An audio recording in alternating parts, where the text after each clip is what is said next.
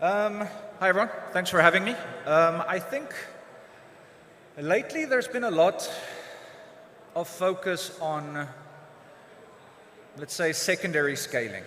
And I think that's missing a lot of opportunity when it comes to base layer scaling that is still possible. If you look at what hardware allows versus what throughput we're currently getting when it comes to base layers, layer ones, we're not even close to it yet. I mean, if you look at any of these nodes and you look at any of these software stacks, what they are using in terms of hardware, CPU, memory, any of this stuff is fractional of what is actually available. Now, a large part of that is that scalability for a long time has been measuring the wrong targets. We've always been focused on how much transactions does Visa do, how much transactions does MasterCard do. But like, that's not what we're competing against. We're not just a payment network. If you look at how many HTTP requests happen on the internet every second, that's the thing we're competing against. That's what we need to be competing with, because we're trying to create the decentralized web. We're not trying to create decentralized Visa or decentralized MasterCard or any of that stuff. So I think there's been a lot of complacency with regards to what our targets are, and that's why people have kind of not pushed as hard as they can on a lot of these systems. Now, to be able to get that throughput and to get to the speeds, you have to identify the specific areas where your bottlenecks occurs. And don't get me wrong, it's always going to be harder in a decentralized ecosystem. But one of the first things that was identified was consensus. Consensus was the biggest bottleneck. I mean, proof of work used to be fixed time, linear.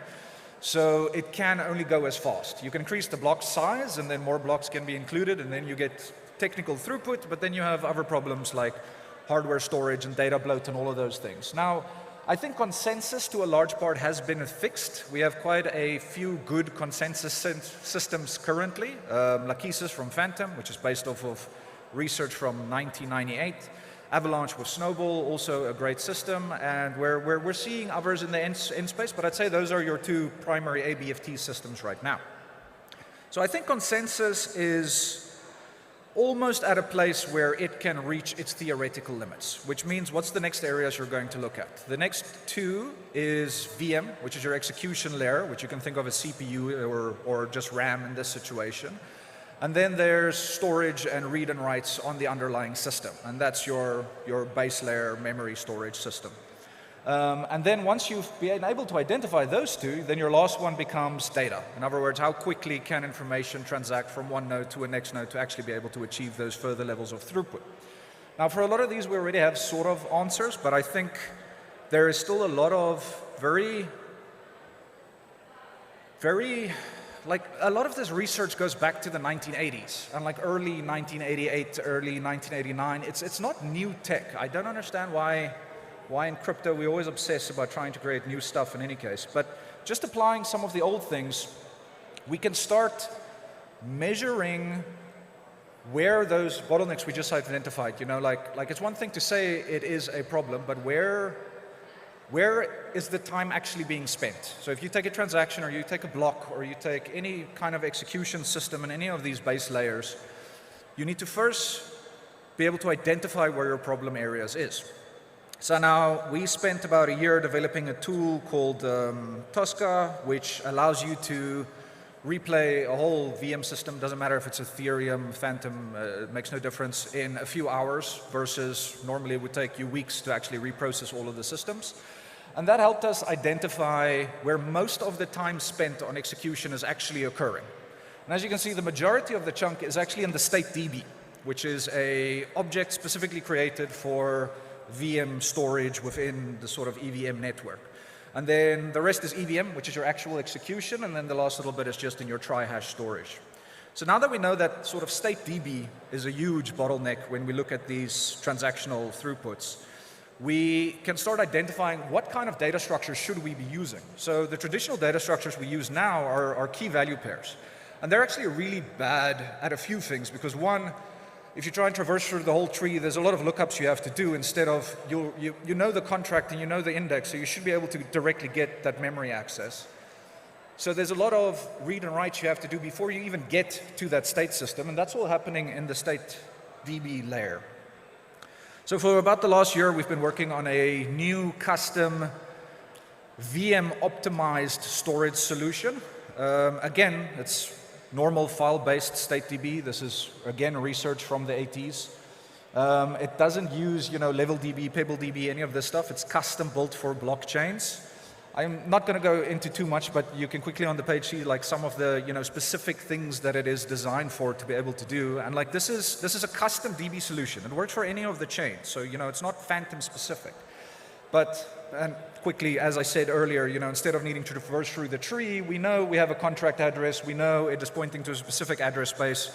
So we can very quickly go look up that exact index instead of needing to recursively try and actually look up any of the stuff. But what's important is, what does this translate to in actual real-world changes? And if we look at the improvements we made there, I'll come back to this in a bit, but I just want to get to this. Is if you just look at the baseline GEF implementation, and this is only on the storage DB, this is not the system at all, you're already looking at a 98% reduction in storage.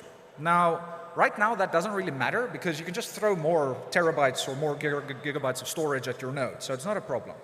But the more the hardware requirements increase for these base layer validators, the harder and harder it becomes to have it properly decentralized. At some point, a wallet and a validator should be exactly the same thing. It's an incorrect economic design that there is currently a separation between end users who are wallets and validators. They need to be one and the same. If you use the network, you need to be providing security to the network. But currently that's almost impossible because you can't have a node in a validator. You can't have a node in a wallet. Every time you use Rabby or MetaMask or whatever, you can't download 1.2 terabytes of storage. So it needs to get to a point where it can, that's still too high, but it needs to get to a point where it can logically execute in that environment, and it needs to get to a point where you don't need the CPU to execute. So there hasn't been a lot of focus in a lot of these communities on the performance engineering side of these software stacks, and there's a lot of room for improvement left still. So just going back quickly. Now the next thing is, so that's on the storage side, and I should have rearranged the slides, that's my mess up, but anyway. The other side, we saw that most of the execution was actually happening on the EVM layer itself. Now if you look at a standard ERC20 transfer, it does a few things. The first thing it does is it does a storage read on the balance of the person sending. And then it does a storage read on the balance of the person receiving, then it does an addition, then it does a subtraction, then it does a storage write and a storage write. Now that's 6 different executions that occurred, but there are a huge amount of the transactional throughput on any blockchain is simple sets like that. It's stuff that occurs over and over and over and over. Now again, super instructions. Very simplistic. It's existed in standard VMs for decades. Super instructions means where you have a set of instructions that occur often, you can wrap it into a new instruction set that just optimized for that specific sequence. So now where normally your EVM is spending 90% of its time trying to execute these steps, now it can just hit the single opcode and then execute from there, which again gives you a lot further efficiency in terms of that throughput and sequencing. So like there's a lot of, what I'm trying to get at is there's a lot of simplistic optimizations we can still do on the base layer before we need to start scaling out. And like, I think a lot of teams are focusing so much on, let's call it distributed scaling, whether it be subnets, supernets, layer 2s, doesn't really matter, versus there's still a lot of room of improvement just in the base layers that isn't receiving the time and attention. And like, it's boring stuff, but like, it is important. So just on the VM side, like Tosca, after we released that one, let me just get to that slide, like this is real live GEF data, like this is actual blocks, actual executions.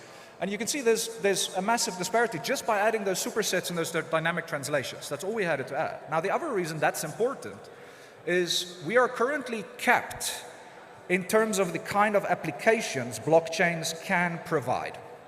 If you go back to early internet, we go back to 56K dial-up modems and that kind of stuff, it was only used for 2 things. It was used for war and it was used for financial applications, because those are the only ones that made sense given the prohibitive costs of needing to do these things. And we're at the same space currently with blockchain, and that's why everyone's like, oh, why do we only see DeFi? Because it's the only current application that makes practical sense given the underlying constraints. And we need to improve those underlying constraints So you can fit more executions in a transaction, which is limited by the amount of gas it can execute. So you have to be able to get hundreds, if not thousands, of transactions or opcodes within that limited space. And then you need to be able to decrease the storage so that you can actually have it, wallets and validators is the same thing, and then you can change the economic model, but that's a different discussion, and I won't go into that for now. And only then can we start seeing the next wave of practical apps, whether it be decentralized social media, gaming, news, media, I don't know, and hopefully things that aren't just, decentralized, insert popular thing here, because that's also not where we want to end up. So a lot of these performance enhancements is still possible on the base layer. I think we are prematurely scaling out to different systems. Not going to go into that, that's roadmap, take a picture, I'll publish it online, and then we can take it from there. I want to talk a little bit more about the future and my personal opinion on where I think a lot of these things are going. So I do believe that blockchains are the baseline for the decentralized web. Not just decentralized finance, not just value transfer, not decentralized banking, although it is definitely one of the use cases, but if our benchmark is just Visa, we are grossly limiting our expectations in terms of what these blockchains are supposed to do. So in terms of getting to that decentralized web, I'm sure you guys have seen a lot of this stuff. There's account abstraction that is very, hyped now. I think it's a little bit overhyped given what it actually delivers on, but that's fine.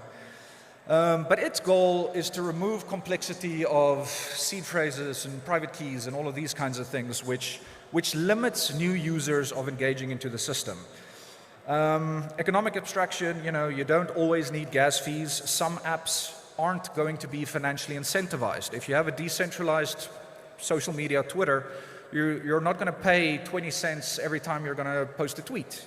There needs to be another way of interacting with that without that level of blocking or prohibitive expense. Validator abstraction is something that I touched on earlier, where there shouldn't be a difference between wallets and users and validators. It should all be one and the same. Participation in the network should be security of the network.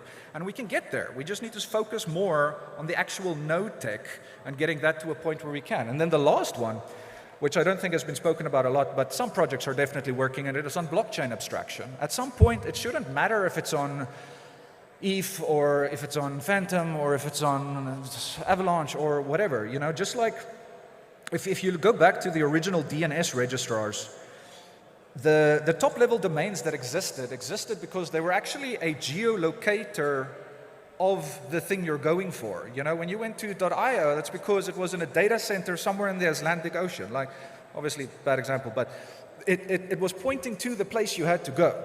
And blockchain abstraction is also going to get us there, where, right now we're very involved and we know what's going on, and we're almost too in the weeds sometimes. I mean, it's a dev conference, so that's luckily fine. But there's a lot of focus in trying to segment these islands instead of trying to roll them up and abstract away from that. I always like Cosmos IBC. They did such phenomenal work with that protocol. I'm ashamed it didn't see any more adoption. But the point being, we need to decrease that per system, per node overheads, and we're getting there. I think there's not enough brain energy spent on it, but we're getting there. And then once we get there, and only then, can we see the next thing. So until that happens, until we break those barriers, until we consolidate wallets and validators into the same thing, we're going to be stuck with the same stuff. And that's why we're going to keep seeing forks, and that's why we're going to keep seeing the same solutions, and that's why everyone outside is going to keep saying that crypto is stagnant and DeFi is stagnant and all of that stuff, which is wrong in any case. If you look at the metrics, it's not. But anyway, so thank you, everyone. That's all from me. I try to keep it quick and short. It was just to make sure that there are people working on this base layer stuff. It's not as sexy as DeFi. It's not as sexy as end-user apps. But I think if we do it right, we actually unlock the next wave of technology. Thank you very much for everyone's time. Do you have time for questions? Yeah, sure. If anyone wants. Any questions here? On the talk? Yep. This guy's always got good questions. Let's go. If you upgrade the compiler that you're doing dynamic compilation with, would you need to upgrade the consensus? Or is that a purely... Sorry, I'm getting a bit of an echo. It's a little bit hard to hear. I was saying for the dynamic translation and the super instructions, Oh, yeah. if you change your compiler algorithms, would you need to upgrade the consensus? No. So consensus and execution layer are completely separate already. And in most blockchains, they should be. Some do have them a little bit coupled when you have validator sets, and the validator sets needs to be aware of what's being staked, so then it forms part of that set. ABFT solutions already don't have that, so we've already had those two decoupled for a very long time. So consensus doesn't need changes, but in some cases, the VM itself would have some hard fork at some block or some situation. But we've also focused a lot on, so I don't think EVM was the winner. I think Solidity and Viper was the winner, because there's thousands of developers who have now spent a lot of time knowing how to code in Solidity and Viper, but if you ask them how much the SS store opcode costs or what it does, they're not going to know. So they're disassociated from what's actually happening in the VM. So even if there are VM changes required, I personally don't think it matters as much if you keep that top level developer experience the same. Is there a detailed write-up on the storage format changes that you guys did? Oh, sorry, I'm really struggling to hear. I apologize. Is there a detailed map of The storage format changes. the storage format changes? Yeah. I'll need to get the GitHub directory. I think it's if you go to Phantom Foundation on GitHub, it should be in the Carmen directory, if I'm not mistaken. I'll get from the team and just come tag you afterwards as well. All right, another question up here in front. So compared to 5 years ago, Solidity changed a lot. So does Phantom also upgrade with EVM? I mean, upgrade with Solidity together with Ethereum? Just one more time, I apologize.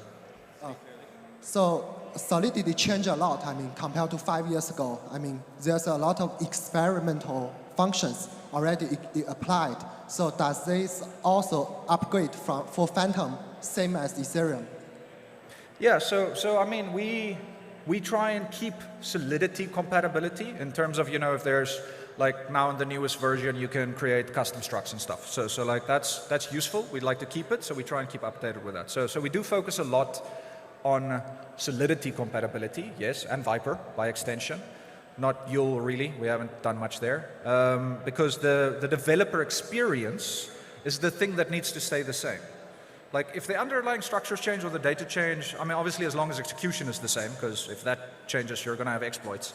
But that developer experience I think is almost more important at this point. So that's why like I said in the previous question, I definitely think Solidity and Viper are the big winners at this point. I think those are the ones that have captured more market share than blockchain, as far as I'm concerned. And those are the ones that I think we need to keep focusing on in terms of that experience. So yes, we do try to keep up to date with it. Right, over here, Lewis. So scaling Phantom to HTTP level, you yourself said that it's a bit too early to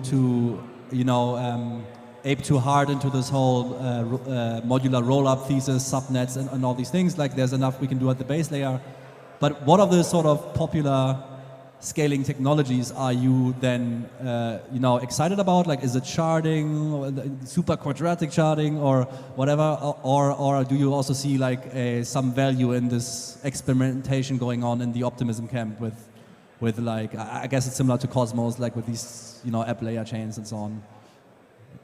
First thing first, always value in experimentation. It doesn't matter success, failure, try 100 times. Like I always love I didn't fail 1,000 times. I learned 999 ways not to do it.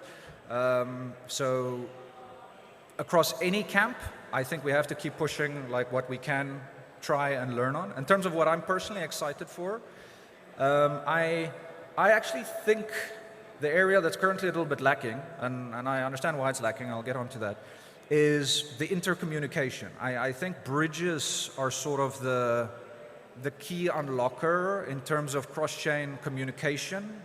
Because look, it's not going to be one island wins. It's going to be there's multiple islands. Just the same as original internet. Like the individual data centers didn't all merge into one. You still I need this thing. Where do I need to go look for it? Cool, I go look for it there. Now that abstraction layer, that blockchain abstraction, that that is the bridging network currently, you know, whether it's multi-chain or Stargate or whatever. That's the thing that kind of makes the underlying blockchain agnostic. And that's where I think there's not enough focus. And again, that's like I said, I really enjoyed IBC originally. But the problem is most blockchain teams are hyper tech focused. So getting them all to agree on a standard to then all implement in their systems, that's an almost impossible fight to fight at this point in time. But that's what's going to need to happen to get to that level. Because you know, at some point, there is a theoretical max level of the hardware. We're not there yet, but we do reach it eventually. And I mean, even then, you're not at HTTP level.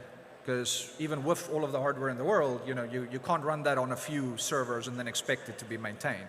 It works because it is distributed. So, and we need a combination of that distributed and decentralized. So there's still a lot to do. I mean, don't get me wrong, even this stuff that we have ready now, you know, is practical year, 2 years, and then there's still further improvements to actually get it to like the mobile level. I mean, you're talking about stuff that's already going to take 3 to 5 years just from what I'm talking about. And there's a lot more.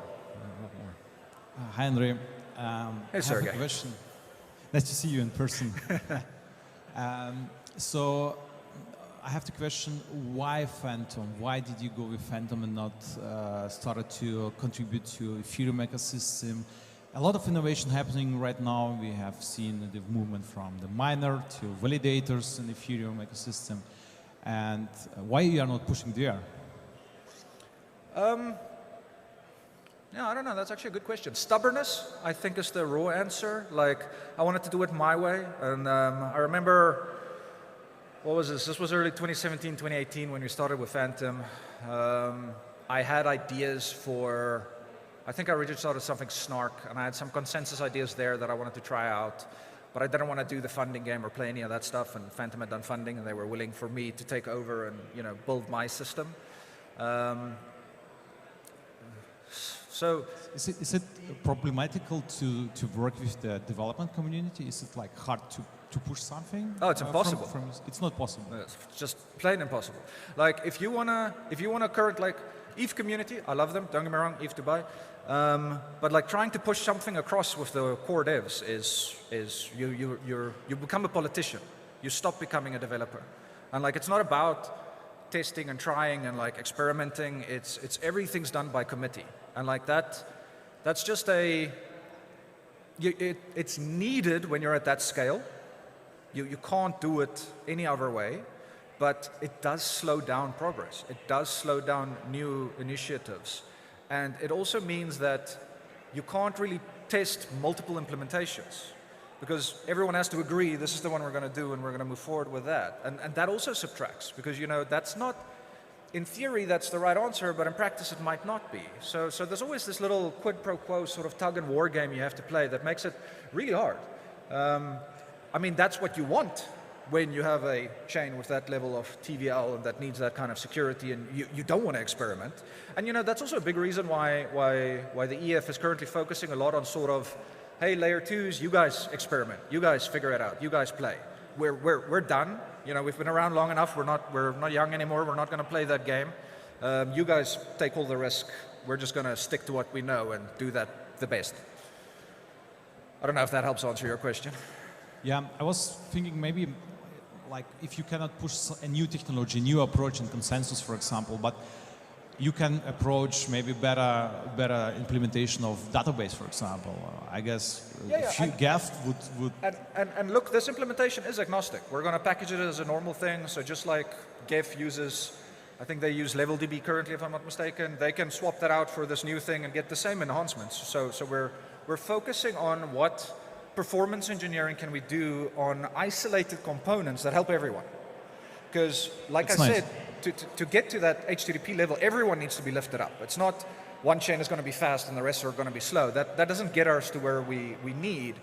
So that's why, you know, like both things I mentioned, the supersets, I doubt they'll adopt the supersets in all honesty, because that's a little bit more specific. Some other chains might, but the database we're expecting, I mean, pretty much everyone to use, because like it is exactly designed for EVM-based database storage. And we're packaged it completely separately. It's not part of our main repo. It's a separate package we install, etc. Okay, thanks. Sweet. All good. Everyone having a lovely time? All right. Let's go. Thank you very much, Andre. Thank you, everyone.